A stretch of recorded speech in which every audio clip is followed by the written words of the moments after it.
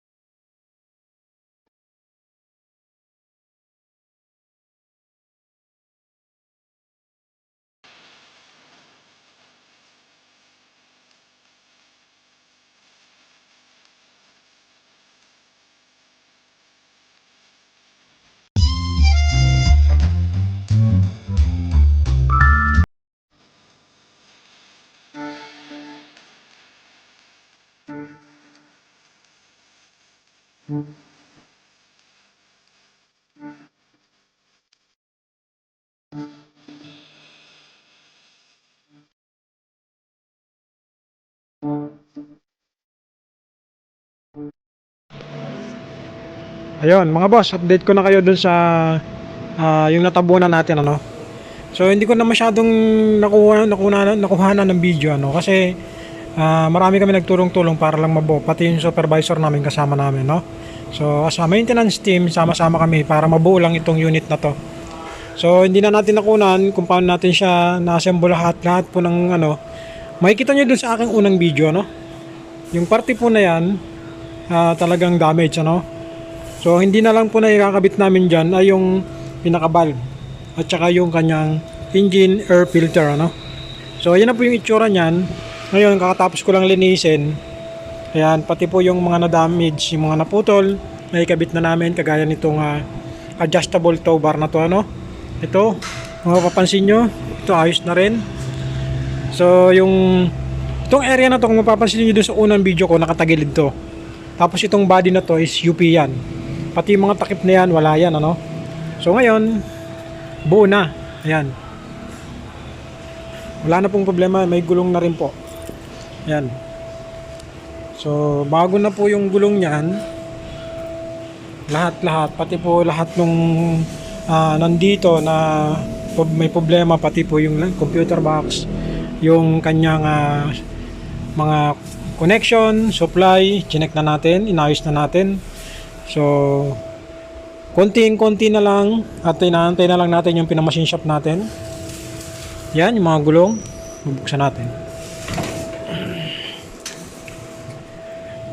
So ayan, yan yung loob, ano. Yan. Nai-ready na natin ito. Inayos na rin natin dahil ginawa na rin natin ito ng ibang lock. So bolt na yung ginamit natin. Ginawa natin yung nasa loob. Tapos nilagyan natin ng mga epoxy para maayos siya, hindi pasukin ng tubig kasi importante ito. Tapos chinek na natin yung lahat ng kanya. So ito na lang po ang hindi natin nagkakabit, yung sa air filter dito. Okay na to, okay na yan, nalinis na natin. Yung pan is kinabit muna namin yung may tama, pero if ever na kailangan palitan, papalitan natin, ano. So ayan, naka-ready na yan, standby na. Ayan. So totally maayos na po yung ating unit at naikabit na natin yung lahat. Ayan, makikita nyo, dinugtong namin to. Siyempre yung mga fabricator namin. So shoutout ko ulit yung aking mga kasamaan dito, sila partner Maka, partner Paul, Oneng, Sir Leo, at siyempre yung ibang kasama namin, Ray, Ayan. Lahat kami rito ay nagtulong-tulong para lang mabuo namin tong unit na to at magamit ulit. Kasi ito pong unit na to ay bago. So nanghihinayang po yung aming company na basta na lang itapon o i-dispatch itong unit na to. So kami naman as a maintenance team, ginawa namin ng paraan, provide by my supervisor, Sir Leo, no? Yan. So yan po yung itsura. Although na kailangan pang pinturahan yung aming painter nandun. So pagkatapos namin may kabit lahat, pipinturahan, lalagyan ng panibagong sticker. So ito na yung kabuuan.